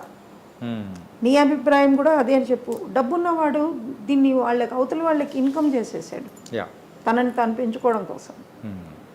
రియల్గా కనెక్ట్. అందుకే కదా మీరు ఆ తమ్నెయిల్స్ అన్ని కంటెంట్ ఒకటి తమ్నెయిల్స్ ఒకటి ఎందుకు వస్తాయండి? దాన్ని బ్యాడ్ చేయి, నువ్వు లోపల ఏమీ లేకపోయినా బ్యాడ్ చేయి, నీకు నేను డబ్బులు ఇస్తా అంటే చేసేవాడెవడో కూడా ఇతనికి తెలీదు, అక్కడ ఏం జరుగుతుందో వీళ్ళకి తెలీదు, వాళ్ళ బాధ ఏంటో తెలీదు. ఇలా నువ్వు రాయడం వల్ల వాళ్ళు ఎంత సఫర్ అవుతారో తెలియదు, కానీ మనం అనేస్తాం ఎందుకంటే మనకు 10 రూపాయలు వస్తున్నాయి కదా, అదే పట్టుకుంటున్నారు. కానీ మంచిది చెడు ఏంటి అనేది కూడా పట్టించుకోవట్లేదు. ఈ తమ్నెయిల్స్ వల్ల బాధపడిన సందర్భాలు కూడా మీరు చెప్తూ ఉంటే చాలా బాధగా ఉంది. యాక్ట్ తీసుకురావాలి, మీకు ఉండే ఉంటుంది ఏదో ఒక ఎక్స్పీరియన్స్. ఎందుకంటే అందులో మాకన్నా ఎక్కువ మేము ఇంటర్వ్యూలు ఇచ్చేవాళ్ళం, ఎప్పుడో ఒకసారి వస్తాం, కానీ మీరు ఇంటర్వ్యూలు తీసుకునేవాళ్ళు ఎప్పుడూ ఉండాలి అక్కడ. కాబట్టి నాకు ఒకటి అనిపిస్తుంది, ఇది రాంగ్ తమ్నెయిల్ పెడితే పెద్ద జరినామా వేయాలండి. ఈ మధ్యకాలంలో అదేదో అది ఉంటేనే చూస్తారు అనే ఒక ఫోబియాలో పడిపోయి చాలా తప్పు, అది చెడా మంచి అని ఆలోచించుకొని అవివేకంగా పెట్టేసేస్తున్నారు. పెట్టాలండి, ఇది ఒక పెద్ద మూమెంట్ తీసుకురావాలి. కానీ ఎవరికి వాళ్ళు బిజీ. సొసైటీకి ఎంత అన్యాయం జరుగుతుంది, అసలు నిజం కంటే అబద్ధాన్ని నమ్మే వాళ్ళు ఎక్కువైపోయారు. ఏం చేయలేని పరిస్థితుల్లో చూస్తూ బాధపడుతూ ఉండిపోవాల్సి వస్తుంది ఒక్కొక్కసారి. ఇలాంటివి డిస్కస్ చేస్తే మీడియాకు కొన్ని రెస్ట్రిక్షన్స్ ఉంటాయి, ఈ పాయింట్లు వాడకూడదు, మేము సీరియల్స్లో చెప్పొచ్చు. ఇది వరకు మాకు ఆ స్వేచ్ఛ ఉండింది, కెరటాలు అగ్నిపూలు అవి రాసేటప్పుడు. కానీ ఇప్పుడు వాళ్ళకి ఏదో కొన్ని ఇన్స్ట్రక్షన్స్ ఉంటాయి, ఈ టాపిక్ తీసుకోకూడదు, ఈ టాపిక్ తీసుకోవాలి. దాంతో సీరియల్స్లో చెప్పగలిగే అవకాశం ఉండి చెప్పలేకపోతున్నాం. ఇలాంటి రెస్ట్రిక్షన్స్ సీరియల్స్ టైప్లో కూడా ఉన్నాయండి. ఓకే, ఉంటాయి. అంటే for example if you don't mind, మరి అది అంటే ఎలాంటి పాయింట్స్ వద్దు అని ఇట్లా అంటూ ఉంటారు? అంటే ఇప్పుడు ప్రజల్లోకి ఎక్కువగా చొచ్చుకుపోయిన విషయాలను మనం విమర్శలు చేయకూడదు. ఓకే. ఎందుకంటే భావస్వేచ్ఛ అనేది ఒకటి ఉంది కదా ఇక్కడ. వాక్ స్వాతంత్రము, భావస్వేచ్ఛ ప్రతి ఒక్కళ్ళకి ఉంటాయి. అది రిసీవ్ చేసుకోవడంలో నువ్వు మారు, కానీ వాళ్ళని మారమని అడగద్దు. అంతే. అందుకే మేము ఇప్పుడు టెక్నిక్ ఏం నేర్చుకున్నామంటే ఆ కింద ఇచ్చిన వాళ్ళు ఎవరు అన్నది చూస్తాం. ఇప్పుడు ఫర్ ఎగ్జాంపుల్ శశి మీడియా అని ఉందనుకోండి, ఈ న్యూస్ చదవచ్చా చదవకూడదా? ఓంఫట్ మీడియా అని ఉందనుకోండి, ఈ న్యూస్ చదవచ్చా చదవకూడదా? ఐ డ్రీమ్స్ చదవచ్చా చదవకూడదా? మిర్రర్ టీవీ చూడొచ్చా చూడకూడదా? అంటే వీళ్ళు అయితే మరీ ఓవర్గా పెట్టరు, వీళ్ళది వద్దు, మనకి అసలు సబ్జెక్ట్ ఉండదు, దీన్ని నమ్మి లోపలికి పోకూడదు. పైగా ఒక్కసారి చెప్తే మీకు షాకు, ఆశ్చర్యము, అద్భుతము. ప్రతివీ షాకులే అవుతాయి, షాక్ వాల్యూ పోదా అక్కడ? మీరు మీరు ఏం జరిగిందో చూస్తే మీరు షాక్ అవుతారు. ఏమీ ఉండదు అక్కడ. మనం చూస్తే ఇలా 10 సార్లు చూసామంటే ఆ హెడ్డింగ్ చూడమంతే, మేము ముందుకెళ్ళిపోతాం. ఎంత విస్తృతంగా పాకిపోయిందో అంత విపరీతమైన చేష్టలు చేస్తుంది మీడియా ఇవాళ. దీని మీద మరి గవర్నమెంట్ తీసుకుంటే తప్ప మనమేం చేయలేం. చూడ్డం మానేయగలం, మన చేతిలో ఉన్నది అదొక్కటే, అంతే కదా. ఈ గుప్పెడంత మనసు సీరియల్ అనేది కూడా కంప్లీట్ అయిపోయిందా, లేకపోతే మధ్యలో ఆపేయాల్సి వచ్చిందా? అయిపోయిందండి కంప్లీట్ స్టోరీ. దానికి శుభం కాట్ నేను లాస్ట్లో నేను రాయలా, ఒక 2 months 3 months నేను డ్రాప్ అయిన తర్వాత నడిచింది, ఆగిపోయింది. కానీ ఆ సీరియల్ కూడా మీరు అన్నట్టు కూడా బాగుండింది మ్యామ్. చాలా బాగుండింది, చాలా బాగుంది, చాలా మంచి రెస్పాన్స్. అక్కడ ప్రాబ్లం ఎక్కడొచ్చింది అంటే బాగా ప్రేక్షకుల్లోకి వెళ్ళిపోయిన జగతి అనే క్యారెక్టరు, ఆవిడ సీరియల్స్ వదిలేసి వెబ్ సిరీస్ వైపు అటు వెళ్ళిపోయారు. ఓకే. ఆవిడ కన్వీనియంట్ ప్రకారము మనము ఆమెను తీసుకొని వచ్చి అక్కడక్కడ సీన్స్ వేసుకుంటే అవి ఆడియన్స్కి అసంతృప్తి. ఆమె ఉంది అంటే ఆమెను ఎందుకు చూపలేదని వీళ్ళు క్వశ్చన్లు పడుతుంటాయి. అందుకని కథానుగుణంగానే మలుచుకుంటూ కథా ప్రకారమే కథకు అవే పోకుండా కొడుకులో మార్పు రావడానికి ఆ పాత్ర నిష్క్రమణే కారణం అన్నట్టుగా ప్లాన్ చేశాం. ఓకే. ఆ తర్వాత ఇంకా అది ఎవరు ఊహించింది ఏమిటి అంటే హీరోకు యాక్సిడెంట్ అయింది, కొంచెం బ్యాక్ మూవ్ కాలేక అతను 3 months బెడ్ మీద ఉన్నాడు. ఓకే. జిమ్లో ఎక్సర్సైజ్ చేస్తుంటే ఏదో వెయిట్ మీద పడి అతను ఒక 3 months మూమెంట్ లేకుండా ఉండాల్సి వచ్చింది. అతను లేకుండా కథ నడపాల్సి వచ్చింది. అతను లేకుండా కథ నడపాలి అనుకున్నప్పుడే ఇలా వెళ్తే అతను లేకుండా కూడా కథ నడవచ్చు అనుకున్నాము. అప్పటికి హీరో ఎప్పుడు వస్తాడు ఎప్పుడు రాడు, అసలు వస్తాడా రాడా అన్న సమస్య కూడా మనకు క్వశ్చన్ మార్క్ లాగానే ఉండిపోయింది. అటువంటి పరిస్థితుల్లో ఇంకో హీరోను తీసుకొచ్చారు. తీసుకొచ్చినప్పుడు నేను అక్కడి నుంచే డ్రాప్ అయ్యా. ఓకే. యాజ్ ఎ రైటర్ నేను అనుకున్నది ఏంటి అంటే హీరో లేకపోయినా, హీరో కథలో ముందు ఉన్నా లేకపోయినా, హీరో అంత బలంగా ఎదిగింది కాబట్టి హీరోయిన్ ఖచ్చితంగా మనము హీరోయిన్ మీద కథను ముందుకు తీసుకెళ్ళొచ్చు అని నేను అనుకున్నా. అది ఆల్రెడీ మేము కస్తూరిలో చేసిందేదే, కొత్త ఏం కాదు మాకు. ఓకే. లాస్ట్ మీకు క్లైమాక్స్ పాతది ఎప్పటిదో తీసి వేసాం తప్పితే హీరో లేడు, హీరోతో షూట్ చేయలే మేము. హీరో అన్అవైలబుల్ అంటే లాస్ట్ షాట్ పెట్టి మేము ముగించారు. కథ అంతా సపరేట్ వేరే ట్రాక్లో తీసుకున్నాం. ఇక్కడ ప్రాబ్లం ఏంటంటే అతను వస్తాడా రాడా అన్నది డైలమా. అతను వచ్చినప్పటికీ ముందు కథ ఇంకా బాగా నడపాలి కాబట్టి స్టాండ్ బైగా ఇంకో హీరోని పెట్టుకొని కథ నడుపుతామన్నది ఛానల్ ఉద్దేశం. ఎప్పుడు ఒక రైటర్గా నాకున్న ఎక్స్పీరియన్స్ కంటే ఒక ఛానల్కున్న ఎక్స్పీరియన్స్ ఎప్పుడు ఎక్కువ. ఓకే. నాకేంటి, నేను బలంగా నమ్ముతా కథని, వాళ్ళు బలంగా నమ్మేది ప్రజెంటేషన్ని, మిగిలిన ఉంటాయి దాని చుట్టూ. ఒక 3 నెలలు మనం లాగామంటే హీరో వచ్చేసాడంటే ఎక్కించవచ్చు. అందుకని కొంచెం గ్యాప్ తీసుకోండి మేడం, మీరు ఇది మేము నడుపుతాము అన్నాము. మా ఛానల్ వాళ్ళు నన్ను క్షమించాలి, నేను మనసులో అనుకున్నా, మా మైండ్ వాయిస్లు అలవాటు కదా, ఇదేం కబడ్డీ ఆట, ఎప్పుడు రమ్మంటే అప్పుడు వచ్చి కబడ్డీ కబడ్డీ అని ఆడేసేసి మళ్ళీ పొమ్మని ఇది కాదు, నేను చేయకూడదు అని నేను మనసులో అనుకున్నా. వద్దండి, కంటిన్యూగా డ్రాప్ అయిపోతాను, నేను ఇంకా ఫరెవర్ డ్రాప్ అయిపోతాను, మీరు కంటిన్యూ చేయండి అన్నారు. మళ్ళీ నాకు ఛానల్కి కానీ నాకు ప్రొడ్యూసర్స్కి కానీ ఏం ప్రాబ్లం లేదండి. మళ్ళీ నెక్స్ట్ ప్రాజెక్ట్ నేనే చేస్తున్నా. కానీ ఆ క్రియేటివ్ దానిలోనే అక్కడే మాకు కొద్దిగా డిఫరెన్స్ వచ్చింది. ఎందుకంటే నేను నమ్మిన కథ వేరు, వాళ్ళు అనుకుంటున్న కథ వేరు. అది నేను రాయలేకపోతే ప్రాజెక్టుకు అన్యాయం జరుగుతుంది. ఇప్పుడు నేను ఒక్కదాన్నే రైటర్ కాదు, చాలామంది ఉన్నారు కదా, అందుకని నేను బ్యాక్అవుట్ అయిపోయాను. ఓకే. ఆ తర్వాత వచ్చిండేది ఇంకా మెల్లిమెల్లిగా 1 by 1 ఆడియన్స్ ఎప్పుడైతే రిసీవింగ్ తగ్గుతుందో అప్పుడు కొంత అబ్జర్వేషన్ పీరియడ్ అన్నది ఒకటి ఉంటుంది. ఆ అబ్జర్వేషన్ పీరియడ్ తర్వాత కొనసాగింప ముగింప అన్నది ఛానల్ డెసిషన్. కానీ చాలా సీరియల్స్కు ఈ శుభం కాట్ అనేది కూడా ఉండదు కదా.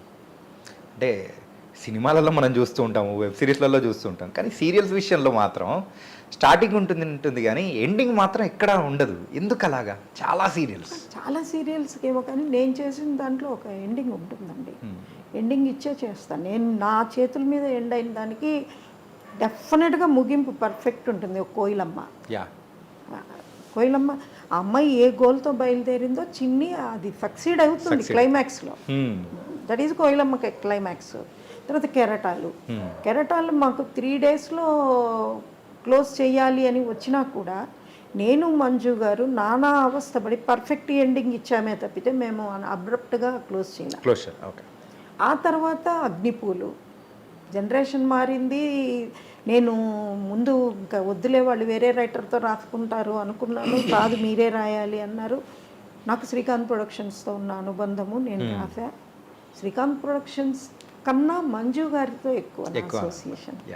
మంజు గారి తర్వాత నేను అంత బాగా కలిసి పనిచేయగలిగింది ఆర్కే టెలిషో. కోయిలమ్మ ప్రొడ్యూసర్స్ వాళ్ళే. కోయిలమ్మ, మంగమ్మ గారి మనవరాలు కృష్ణ తులసి, ఇందాక నేను నంది అవార్డు వచ్చింది అని చెప్పాను, అది వాళ్ళదే, ఆర్కే వాళ్ళదే. ఆర్కే అంటే రాఘవేంద్రరావు గారి ప్రొడక్షన్. రాఘవేంద్రరావు గారిది. వాళ్ళు చాలా ఎంకరేజ్ చేశారు నన్ను, ఇప్పటికీ ఎంకరేజ్ చేస్తారు. ఇక్కడ మా పద్మజ గారు ఉండేవాళ్ళు ఇన్ఛార్జిగా, ఇప్పుడు ఈటీవీలో ఉన్నారు. ఒకవేళ ఒక రకంగా బొమ్మరిల్లు నేను పద్మజ గారి వల్లనే రాస్తున్నాను. ఎందుకంటే రీమేక్స్ నేను ఎక్కువ ఇష్టపడను. రీమేక్స్ చేసినా కూడా ఆ పాత్రలు తీసుకుని కథ అంతా మేమే చేసుకుంటాం. ఇప్పుడు పాపేమా జీవన జ్యోతి రీమేకే, గుప్పెడంత మనసు రీమేకే, కానీ కథ అంతా మళ్ళీ మేమే రాసుకుంటాం ఇన్స్టంట్గా. కానీ ప్రేక్షకులు ఎక్కువగా రీమేక్స్ కంటే రీసెంట్ టైమ్స్లో ఓన్ స్టోరీస్కే బాగా ఇష్టపడుతున్నారు. అవును, own stories with different realistic touch. మీరు ఎక్కడో ఆకాశంలో ఉండే పాత్రలు తెచ్చి వాళ్ళ మధ్య పెడితే అది చూడరు. మన ఇంట్లో, మన పక్కనో, మన ఎదురుగానో, మన ఇంట్లోనో ఉన్న క్యారెక్టర్స్ లాగా ఉంటే పాత్రలు, వాళ్ళు ఇన్వాల్వ్ అయిపోతారు, కనెక్ట్ అయిపోతుంటారు, ఇన్వాల్వ్ అయిపోతారు ఇంకా కథలో. మ్యామ్, ఈ ఎక్కువగా సీరియల్స్ చూసేవాళ్ళు కానీ మిడిల్ క్లాస్ ఫ్యామిలీస్ ఎక్కువగా మెజారిటీ తెలుగు వాళ్ళు సీరియల్ చూసేది కానీ ఎక్కువగా దాని మీద ఇంట్రెస్ట్ చూపించే వాళ్ళు ఎక్కువగా వాళ్ళని దృష్టిలో పెట్టుకొని దాని తగ్గట్టు స్టోరీస్ అనేది కూడా ప్రిపేర్ చేస్తూ ఉంటారు కదా. చేస్తామండి. ఆ సామాజిక పరంగా కూడా మీరు తీసుకొని వాటిలో ఉన్న సమస్యలు కానీ అన్నీ చేస్తాం. కానీ అక్కడ వాటిని టోటల్గా మెయిన్ కథాంశంగా దాన్నే ఎందుకు తీసుకోరు అంటే, ఈ మన సొసైటీలో ఆ వర్గానికి చెందిన వాళ్ళు తక్కువ. వాళ్ళ వాడిని ఇప్పుడు ఎన్టీ రామారావు గారే ఉన్నారు, ఆయన లేరు కాబట్టి మనం ధైర్యంగా మాట్లాడుకోవచ్చు. వారు ఎంత శ్రమించి సినిమా హీరోగా ఎదిగారు, ఎన్ని మంచి సినిమాలు చేశారు, ఒక సినిమా పరంగా ఎలా ఒక రాజకీయ నాయకుడిగా ఎదిగి ప్రజలకు ఎంత మేలు చేశారు, ఇదంతా మనకు వర్కౌట్ అవుతుంది కథగా. ఆయన వ్యక్తిగత జీవితంలో ఏం జరిగింది అంటే అక్కడ ఏం జరిగితే మనకెందుకు, అంతే కదా. అలా వ్యక్తిగత జీవితాలు మొత్తం విప్పి చూపించలేము. అందరి వ్యక్తిగతాలు ఒకటే గుండా ఉందా మనకు, ఆ పరిధి కుంచుకుపోతుంది. చూసేవాళ్ళకే ఎన్టీ రామారావు వాళ్ళ ఇంట్లో ఏం తింటే మనకెందుకు, మనకు క్యారెక్టర్ ఎట్లా చేశాడు, ఇదే ఆలోచిస్తాం. యా ఇంకా పర్సనల్స్ ఎక్కువ పోము. ఆ పర్సనల్స్ చూపించినా మనకి నచ్చవచ్చు నచ్చకపోవచ్చు. అది ఎలా అంటే ఇంతేనా మనం ఏదో గొప్ప అనుకున్నామే అన్న ఒక ఉదాసీనతన ఏర్పడుతుంది. ఇలా ఉంటుందా మనకి ఇలా లేదే అన్న ఒక రకమైన అసూయన్న రావచ్చు. యా అంతే కదా. ఆ మిక్స్డ్ ఎమోషన్స్ ఆ మిక్స్డ్ ఎమోషన్స్ కథగా చూపాలి అంటే ఆడియన్స్కి అవి తెలియాలి. అంటే వాళ్ళ అనుభూతుల్లో యా మన ఇంట్లో కొట్టుకుంటారు, వాళ్ళ ఇంట్లో కూడా కొట్టుకుంటారా, పెద్ద సినిమా స్టార్ ఎప్పుడు కొట్టుకుంటారా, ఇలా మాట్లాడతారు కదా. అలాంటివి తీయాలి అంటే కొంచెం ధైర్యం ఉండాలి. మీకు ఇందుకు ఒక ఉదాహరణ ఈ 2 సినిమాలే. సావిత్రి గారిది మహానటి, మహానటుడు. సావిత్రి గారి మహానటి అంత పెద్ద సక్సెస్ అయింది, ఇవి కథానాయకుడు మహానాయకుడు ఎందుకు కాలేదండి? మీ ఉద్దేశం చెప్పండి. నా ఉద్దేశంలో అంటే మహానటి కంప్లీట్ రియలిస్టిక్గా తీసుకొని వెళ్ళిపోయారు. అంటే ఇన్ఫ్యాక్ట్ చెప్పాలంటే సావిత్రి గారిది మనం విన్నాం కానీ అంత లోతుగా తెలియదు, అది అంత నీట్గా చూపించారు. మహానాయకుడు విషయానికి వచ్చేటప్పటికి ఎన్టీఆర్ గారి విషయంలో కానీ అందరికీ తెలుసు, అందుకోసం అది అంతగా ఎక్కలేదని నా అనుభూతి బట్టి చెప్తున్నా. నా ఉద్దేశం ఏంటి తెలిసినా, అది అల్లుకున్న కథలో సహజత్వం ఎంతో అసహజత్వం ఎంతో ఎలా చూపించారో, అంత బాగా చూపించలేకపోయారో ఈ 2 పక్కన పెడితే సావిత్రి జీవితంలో ఎత్తుపల్లాలు ఉన్నాయి. ఓకే, ఎత్తుపల్లాలు పైగా ఉత్తాన పాతాలు అంటారు వాటినే. ఆవిడ ఒక శిఖరం నుంచి లోయలోకి పడిపోయింది వ్యక్తిగతంగా. అది పట్టుకుంది ఆ సింపతి. మనకు తెలిసిన సావిత్రి ఇంత కష్టపడిందా, మనకు తెలిసిన సావిత్రి ఇలా చేసిందా, మనకు తెలిసిన సావిత్రిని ఇంత మోసం చేశారా, అది. ఇక్కడ రామారావు గారి అభిజాత్యం కానీ రాజసం కానీ తగ్గల. ఆయన పడ్డ కష్టం చూపించారు, ఆయన ఎంత విజయం సాధించారో అదే చూపించి ఆపేశారు. ఆయన ఆ విజయాలు సాధించడానికి పడ్డ కష్టాలు మీకు తెలిసినవే చూపించారు కానీ మీకు తెలియనివి చూపించాల. వ్యక్తిగతంగా మనకు ఆయన గురించి ఎంతో తెలుసుకోవాలని ఉంది, వ్యక్తిగతం ఎక్కువ చూపాలి. అక్కడ మనకు తెలిసిందే చూపించారు. మహానటిలో తెలియంది చూపించారు. తర్వాత రామారావు గారి పొలిటికల్ లీడర్ అయ్యేటప్పటికి ఆయన ఆల్రెడీ చేసిన ప్రతి ఇన్సిడెంట్ న్యూస్ అయ్యి బయటకు వచ్చేసింది. ఆల్రెడీ చూసేసినవాడు, తెలుసుకున్నవాడు, పుస్తకాలలో చదివి. కొత్తగా చూడడానికి వాళ్ళకి ఏం కనపడలా. అందుకోసం అలా అందుకని ఆడియన్స్కి ఏంటంటే రెండోసారి చూడాలి, ఇంకో 2వ పార్ట్ చూడాలి అనిపించలేదు. మనకి తెలిసిందే కదా అంతా. మ్యామ్, ఈ ప్రయాణంలో కంప్లీట్గా ఒక 45 సీరియల్స్ వరకు చేశారు. అంటే ఇప్పుడైతే ప్రజెంట్ వెబ్ సిరీస్ అని మూవీ అని కూడా చేస్తున్నారు కదా. మీరు ప్రీవియస్గా ఏదైనా మూవీ చేశారా మ్యామ్? ఒక్క సినిమా అండి. నేను ఫీల్డ్లోకి వచ్చిన కొత్తలోనే మరో ప్రేమ చరిత్ర అని ఒక మూవీకి మన కెమెరామెన్ రామ్ ప్రసాద్ గారు ఉన్నారు. రామ్ ప్రసాద్ గారు, నేను, చక్రి, ముగ్గురికి అదే ఎంట్రీ. మ్యూజిక్ డైరెక్టర్ చక్రి లేరు, ఆయన కృష్ణారావు గారు అని విశ్వనాథ్ గారి దగ్గర పనిచేసేవాళ్ళు. ఆయన ఎడిట్ తర్వాత ఆ సినిమా చేసి ఆ సినిమా పంపించాలి అనుకున్న టైంలో నన్ను డైలాగ్స్కి పిలిచారు. స్క్రీన్ ప్లే ఆయనే, మొత్తం వర్క్ అంతా అయింది. ఆ తర్వాత వారికి వేరే ఆఫర్ రావడంతో ఈ సినిమా మధ్యలోనే ఇప్పుడు, ఎందుకంటే సినిమాకి డబ్బులు పెట్టి అది వస్తుందో రాదో తెలియని పరిస్థితి ప్రొడ్యూసర్గా, అక్కడ మంచి ఆఫర్ ఇచ్చారు ఈటీవీ స్టార్ట్ అయిన కొత్తల్లో. ఓకే, దాంతో ఆయన అటు వెళ్ళారు, ఇంకా అది ఆగిపోయింది. ఆ తర్వాత మీకు నరసింహనంది గారు చేసిండేది 1940లో ఒక గ్రామం, అందుకు దానికి నేషనల్ అవార్డు కూడా వచ్చింది. దానిలో 2 పాటలు రాశాను నేను. ఆ తర్వాత నిజం చెప్పాలంటే నేనే సినిమా ఫీల్డ్ని ఎక్కువ పట్టుకోలే. ఎందుకు రీజన్ ఏమీ లేదండి, మన అభిరుచులు మారిపోయాయి. ఇందాక మీకు చెప్పాను కదా, అక్కినే నాగేశ్వరరావు గారు, ఆదుర్తి సుబ్బారావు గారు, ఆత్రేయ కాంబినేషను, వాళ్ళ ఇప్పుడు మారిపోయిన తర్వాత వాళ్ళవి అంటే బోర్ అనే నాళ్ళు ఆడియన్స్ గురించి మాట్లాడట్లా. అబ్బాయి అలాంటి సినిమాలు బోర్ అన్న డైరెక్టర్లు, ఆర్టిస్టులు, టెక్నీషియన్సే వచ్చేసారు ఫీల్డ్లోకి. ఇంకా వాళ్ళకు మనం చేసేది నచ్చదు ఖచ్చితంగా అని నేను డిసైడ్ అయ్యా. వెళ్ళి ఉండే ఏమన్నా ఉండేదేమో.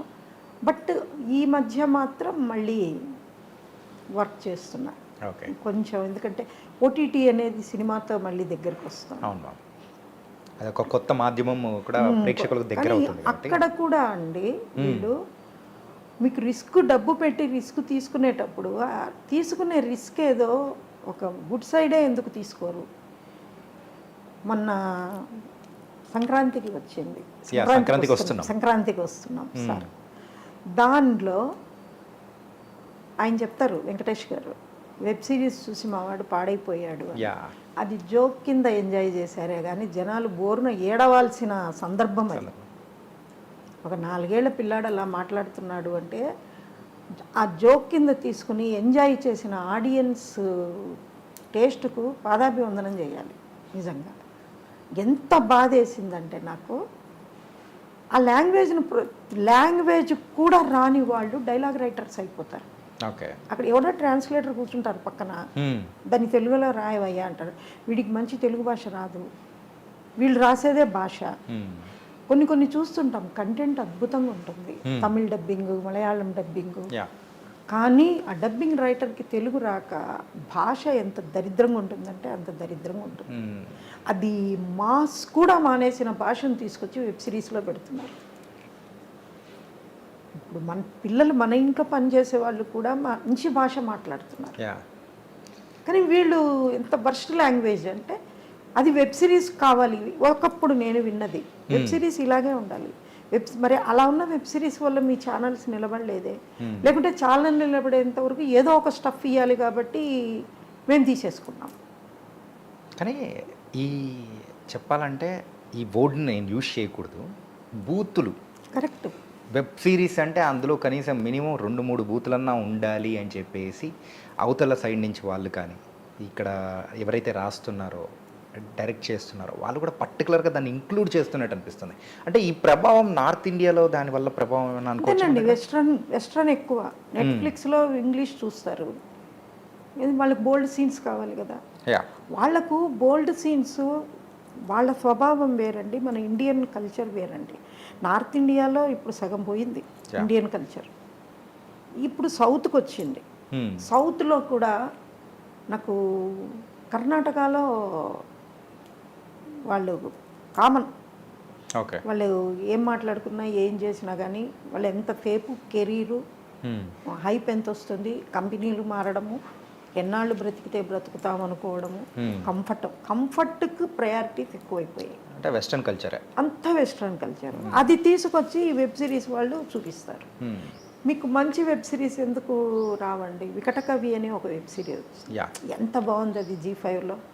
ఆ తర్వాత జీ5లోనే ఆ మధ్య గాలివాన అని ఒకటి వచ్చింది, అది చాలా బాగుంది. నేను చెప్తుంటా, కంటెంట్ అందరికి నా ఒపీనియనే ఆడియన్స్ ఒపీనియన్ కూడా అవుతుంది, ఎందుకంటే వాళ్ళు మళ్ళీ మళ్ళీ చూస్తారు దాన్ని. రీసెంట్గా 90s బయోపిక్ అని మన శివాజీ గారు చేసింది, ఎంత బాగుంది అది. అది మన రూటెడ్ కల్చర్ లాగా అందరూ ఎంజాయ్ చేశారు. అలాంటివి చూపించాలి వీళ్ళు, అలాంటివి చూపించారు. మొన్ననే నేను హిందీ అనుకుంటా మహారాణి చాలా బాగుంది, తెలుగు వెర్షన్ ఇచ్చారు. ఎందుకండి మన వాళ్ళు ఇండియన్స్ కన్నా నేను బాగా చూస్తాను వెబ్ సిరీస్ అవన్నీ. టర్కిష్ పాకిస్తానీ సిరీస్ ఎంత బాగుంటాయంటే అంత బాగుంటాయి. వాళ్ళు బోల్డ్ సీన్లకు పాకులాడరు, వర్స్ట్ లాంగ్వేజ్కి పాకులాడరు, ఎందుకంటే వాళ్ళు అదే స్టాండర్డ్స్లోనే ఉన్నారు. నిజంగా మీకు టైం ఉంటే మీరు చూడండి టర్కిష్ షోస్, ఎంత బాగుంటుందంటే ఇండియన్ కల్చర్ లాగానే ఉంటుంది అక్కడ కల్చర్. ఆఫ్ కోర్స్ వాళ్ళు ముస్లిమ్స్. నాకు జనరల్గా మనం పెద్దవాళ్ళు చెప్పడం వాళ్ళు చెప్పడము మా కమ్యూనిటీ దీనివల్ల ముస్లిమ్స్ అంటే ఒక రకంగా అమ్మో కొంచెం దూరం ఉండాలి అన్నట్టు ఫీలింగు.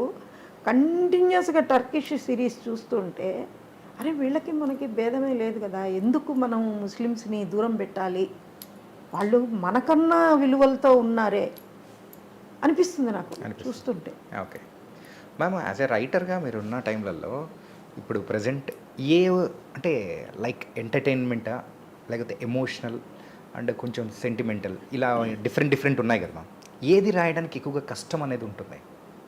అలవాటైతే ఏది కష్టం కాదు. అలవాటైతే కానీ కొన్ని దానిలలో మీరు స్ట్రాంగ్ అనేది ఉంటుంది మ్యామ్. కానీ ఈ ప్రతి ఒక్క మనిషికి అది దాంట్లో కొంచెం తగ్గినట్టు అనిపిస్తూ ఉంటుంది. అంటే నేను ఎక్కువ డిపెండ్ అయ్యేది యాజ్ ఎ రైటర్, నేను ఎమోషన్స్ బాగా పట్టుకుంటా. ఎమోషన్స్ బాగా పట్టుకుంటా. ఆ ఎమోషన్స్ కూడా సెంటిమెంట్, క్యారెక్టరైజేషను మూలాలు ఉండాలి. మనం బలవంతంగా చూపించేది ఉండదు అందులో.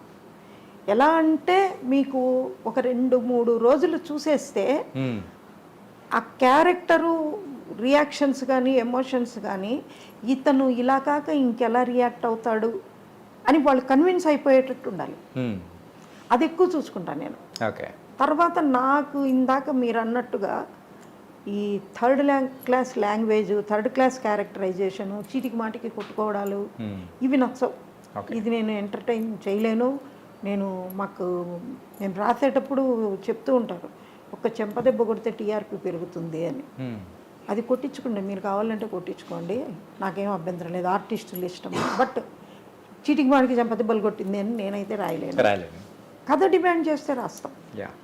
ఒక్కొక్కసారి తప్పదు, ఎందుకంటే కొడితే తప్ప జ్ఞానం రాని కొందరు ఉంటారు అటు పక్క వాళ్ళు, అప్పుడు వాళ్ళని కొట్టాలి, తప్పదు. కానీ నేను అదే చెప్తాను ఒక సీరియల్లో, ఆ కోపం లౌడ్గా చెప్పడం అని అంటారు చూసారా, కాఫీ కప్పు విసురుగా టీపాయ్ మీద పెట్టింది అని నేను రాస్తే వాళ్ళు దాన్ని నేలకేసి కొట్టింది అని తీసేవాళ్ళు. లౌడ్గా చెప్పడం ఇంతే. మాకేంటి చీటికి కాఫీ కప్పులు పగలు కొట్టేంత ఎమోషన్ లేదు. కోపం వస్తే కాఫీ తాగేయడం మానేస్తాం, వద్దు అని చెప్తాం, అంతే మా ఎమోషన్. కానీ నాకెందుకు కాఫీ తెచ్చావు అని వాళ్ళ మీద పడి తన్నేంత ఎమోషన్ ఉండదు. కానీ వీళ్ళకు ఇది కావాలి, అది కావాలి, వీళ్ళకి ఇది కావాలి. ఓకే. ఇది ఇప్పుడు ఓకే కానీ మ్యామ్, కొన్ని సంవత్సరాల క్రితం ఈవెన్ సీరియల్స్ అంటే ఒక టైప్ ఆఫ్ విరక్తి వచ్చిన సందర్భం అనేది కూడా నేను ఒకటి చిన్న సందర్భం చెప్తాను. అబ్బాయిల వరకే సీరియల్స్ అంటే ఏముంది, లేడీ విలన్స్ వచ్చేస్తూ ఉంటారు, సినిమాల్లో వచ్చేస్తుంటారు, తిప్పుతూ ఉంటారు, కొన్ని వేల ఎపిసోడ్లు నడుస్తూ ఉంటుంది ఇట్లా అని చెప్పేసి, ఇట్లాంటివి విన్నప్పుడు కానీ ఎలా అనిపించేది మ్యామ్ మీకు? ఎలా అనిపించేదంటే ఒక్కొక్కసారి మా ఛానల్స్ మీద కోపం వచ్చేది. ఓకే. అక్కడికి కన్విన్సింగ్గా నేను ఇదివరకు ఇంటర్వ్యూలో కూడా ఒకసారి చెప్పా, లేడీ విలన్స్ ఇవాళ సీరియల్స్లోనే ఉన్నారా, ఆ రోజు మహాభారతంలో లేరా, రామాయణంలో లేరా, కైకేయి లేడీ విలన్ కాదా, మందర లేడీ విలన్ కాదా అని ఏదో చెప్పేదాన్ని మొత్తానికి కంటి తుడుపుగా. కానీ ఈ వీళ్ళ అవసరానికి కైకేయి ఒక్కసారి విలనిజం చేస్తే వీళ్ళకి జీవితాంతం కైకేయి లాగానే ఉండాలి వీళ్ళ ఉద్దేశం. ఎందుకంటే డ్రాగింగ్కు క్రైమ్ తప్పితే వేరే దారి లేదు అని కొందరు అనుకున్నారండి. బట్ మా మంజులా నాయుడు గారు అలా అనుకోలే. మానసిక సంఘర్షణే కథ, మనుషుల్లో ఉన్న ఆ పట్టుదలలు, ఆ స్పందనలు, ఆ ప్రతిజ్ఞలు, వాటి పరిణామాలే కథ అని ఆమె నమ్మారు.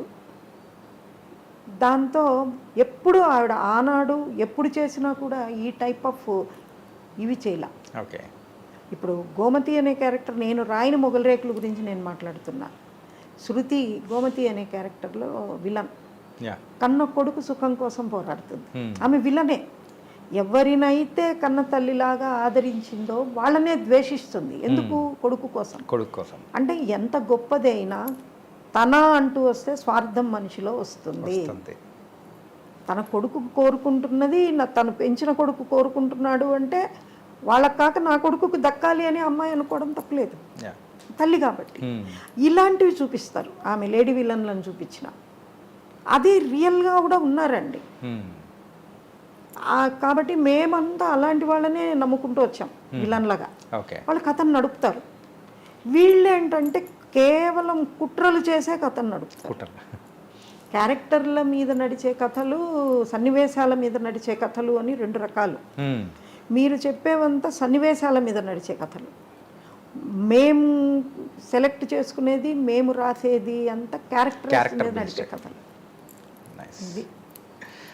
మ్యామ్, మీ యొక్క ప్రొఫెషనల్ లైఫ్ అయితే మొత్తం ఓకే, కానీ coming to the personal life ma'am, so ఎంతమంది పిల్లలు ఏంటి? ఇద్దరండి. ఇద్దరు. అమ్మాయి పెద్దది, బాబు నెక్స్ట్. అదే ఇందాక హైడౌట్ చెప్పా కదా, బాబు.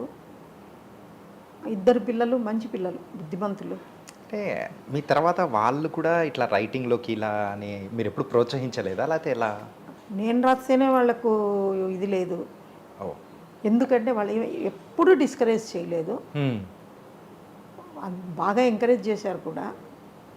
కానీ వాళ్ళకు ఈ స్కిల్స్ అవి మేము పట్టుకోవాలి, మేము ఏమైనా చెయ్యాలి అన్న ఇది ఇంకొకటి ఇక్కడ మీరు ముఖ్యంగా తెలుసుకోవాల్సి ఏంటంటే హ్మ్.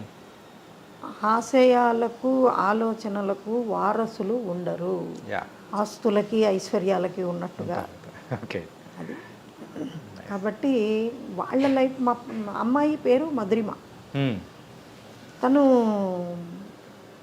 Tarot reader, best tarot reader. Okay. తర్వాత నెక్స్ట్ షామానిక్ కోర్స్ చేసింది. హిమాలయాల్లో యోగా చేసేవాళ్ళు, పెద్ద పెద్ద యోగులు చేసే కోర్సు అది చేసింది. ఆ తర్వాత తను ఈ స్కిన్ కేర్, హెయిర్ కేర్ దాంట్లో కోర్సులు చేసి ఓన్గా మ్యానుఫ్యాక్చరింగ్ చేస్తుంది. కానీ వాళ్ళే మార్కెటింగు, వాళ్ళే మ్యానుఫ్యాక్చరింగ్. మా బాబు విల్సన్ పర్గలో డైరెక్టర్గా వర్క్ చేస్తున్నారు. డైరెక్టర్గా చేస్తాడు. మళ్ళీ నన్ను డిస్కరేజ్, మా హస్బెండ్ రిటైర్డ్ జడ్జి, ఓకే. కానీ ఏ రోజు డిస్కరేజ్ చేయాల. ఓకే. కానీ ఇంట్లోకి అడుగు పెట్టగానే నేను డైరెక్ట్ ఇంట్లోకి అడుగు పెట్టానా, పూజా గదిలోకి అడుగు పెట్టానా అనిపించేలా ఉంది మ్యామ్. ఏంటి రీజన్ ఏంటి మ్యామ్? ఇది నా వీక్నెస్, ఒక పవర్ పాయింట్ చెప్పలేను, కానీ నేను దేవుడికి సరెండర్ అయిపోయానండి. ఓకే. నాకు ఇప్పుడు మనం ఇక్కడున్న వాళ్ళం కాకుండా ఈయన ఎప్పుడు నాకు లైవ్లో ఉన్నట్టు నాతో కనపడుతుంది. వెంకటేశ్వర స్వామి ఎంత ఇది అంటే అంత ఇది. తర్వాత నెక్స్ట్ ఆయన చలవ వల్లే నేను వెళ్ళి సరస్వతీదేవి పాదాల దగ్గర కూర్చున్నాను. ఎందుకంటే మాది కడప, దేవుని గడప. నాన్న ప్రతి నెల ఫస్ట్ సాటర్డే మమ్మల్ని తిరుపతికి తీసుకెళ్ళేవారు, తిరుమలకి దర్శనానికి. అక్కడి నుంచి ఎంతసేపు? 3 గంటల ప్రయాణం. అక్కడ దేవుడి ముందు చిన్న పిల్లలం ఆడుకుంటూ పాడుకుంటూ పెరిగిన వాళ్ళం మేము. వెంకటేశ్వర స్వామి అప్పుడెలా ఉన్నాడు, ఇప్పుడెలా ఉన్నాడు అన్నది అదొక్కటి అబ్జర్వేషన్ పెట్టుకుంటే మన ఎలా మారింది మన తెలుగు కల్చర్ అన్నది మనకు అర్థమైపోతుంది. ఆయన్ని చూస్తే చాలు. ఆ రోజు స్వామిని చూస్తే మన మనిషి అనిపించేవాడండి. ఈ రోజుకు నా ఫీలింగ్ అదే పర్సనల్గా. నా ఇంట్లో ఉన్న దేవుడు వెంకటేశ్వరుడు, తిరుమల దేవుడు ఒకటే. ఈరోజు ఏంటంటే ఆయన్ని చూడాలంటే తొక్కిసలాట, తాపత్రయం. ఆ మండపం ముందు ఆడుకుంటూ ఉన్న పెరిగిన రోజులు గుర్తుకొస్తే ఇంత దూరం అయిపోయావేంటి స్వామి అనిపిస్తుంది. అంటే మీకు, అంటే మీరు ఆ రోజుల్లో వెళ్ళినప్పుడు కానీ ఆ మోకాళ్ళ మండపం కానీ అండ్ ఇంకా ఇలాంటివన్నీ ఇప్పుడంటే కొంచెం వైడర్గా చేసి అని అనిపిస్తుంది, కానీ అప్పట్లో అంటే ఆ గుడికి ఎదురుగానే అక్కడ లడ్డూలు తీసుకునేది ఎన్ని తలుచుకుంటుంటే భలే ఉండేది కదా. చాలా. మీకు ఇక్కడ ఇంకొక మెయిన్ పాయింట్, వెయ్యికాళ్ళ మండపం అని అప్పుడు ఉండేది. అది కొట్టేయడం ఏదో స్వామి ద్రోహము, పెద్ద ఆధ్యాత్మిక నేరము అన్నట్టుగా అందరూ మాట్లాడారు కండి అప్పట్లో మనకు. కానీ నాకు అనిపిస్తుంది ఇవాళ ఆ తేరు అక్కడ వెళ్తుంటే వందలాది ప్రజలు ఆ ఉత్సవంలో పాల్గొనగలుగుతున్నారు అంటే ఆ మెట్లు అక్కడ లేకపోవడం వల్లనే. అంతకుముందు జనం ఇంత లేరు, తొక్కిసలాట లేదు. తొక్కిసలాట ఎక్కువైన కొద్దీ ప్రమాదాలు ఎక్కువ జరుగుతాయి. అటువంటి సమయంలో విధి లేక భక్తుల కోసం ప్రభుత్వం తీసుకున్న నిర్ణయం చాలా చాలా చాలా విమర్శలు ఎదుర్కొంది. కానీ కొన్ని నిర్ణయాలు తప్పనిసరి. అలా అని మనం ప్రతిదీ కొట్టేసి ఇవాళ ఒకళ్ళమాల ఆలయం కొట్టేశారు, అక్కడ అది కొట్టేశారు అని తెలుస్తుంటే బాధేస్తుంది మాకు. అక్కడ ఒక ఆధ్యాత్మిక సెంటర్, ఇప్పుడు మనం వెళ్ళి జెరూసలేంలో వెంకటేశ్వర స్వామి ఆలయం కట్టగలమా? మరి ఎలా ఇక్కడ వీళ్ళు కడతారంటే? ఇలాంటివి మనం వ్యతిరేకించి కాపాడుకోవాలి. దేవుడు అంటే అంత నమ్మకం నాకు. ఏ దేవుడిని నేను కించపరచను, అందరికీ దండం పెడతా. నేను కడపకి వెళ్తే మన దర్గాకి వెళ్ళకుండా రాను. నేను వెళ్ళొస్తా దర్గాకి, పెద్ద దర్గా. నాకు చిన్నప్పటి నుంచి ఉరుసుకుపోవడము, ఆ జాతరలో వెళ్ళడము, ఆ దర్శనం చేసుకోవడము, అది అక్కడ కూడా దర్గాలో చేతులు జోడించే దండం పెడతాం, అలవాటు అయిపోయింది. నేను చర్చికి కూడా వెళ్తా, ఎందుకంటే ఎవరైనా ఫంక్షన్స్ జరిగినప్పుడు వాళ్ళు రమ్మంటారు. నేను ప్యూర్ బ్రాహ్మిన్ నేను ఎలా వెళ్తాను అని నేను అనను. మ్మ్. కులం అనేది దేవుడు నీకు ఇచ్చాడు. ఊర్లో అందరికీ పుయ్యమని చెప్పి ఇవ్వలేదు కదా. మన కులం మనం చెప్పుకుందాం అంతే. పరాయి కులం వాళ్ళని గురించి అలాగే చెప్పుకొనివ్వండి. ఆ కులం వాళ్ళని ద్వేషించడము, వాళ్ళ వల్ల ఇదంతా నేను నమ్మనండి. ఓకే. కాబట్టి మీరు అడిగిన ప్రశ్నకు కారణం ఏంటంటే ఒక రకంగా సరెండర్ అయిపోయా ఆయనకి. దేవుడు లేనిది మనం లేము. మ్మ్. జన్మకు కారణం అమ్మ నాన్న అవుతే జన్మకు మూలం దేవుడు. పుట్టిన దగ్గర నుంచి వెళ్ళేదాకా ఆయన మనకు ఒక టైం ఇచ్చాడు. ఆ టైంలో మనం ఏం చేశాం, మ్మ్.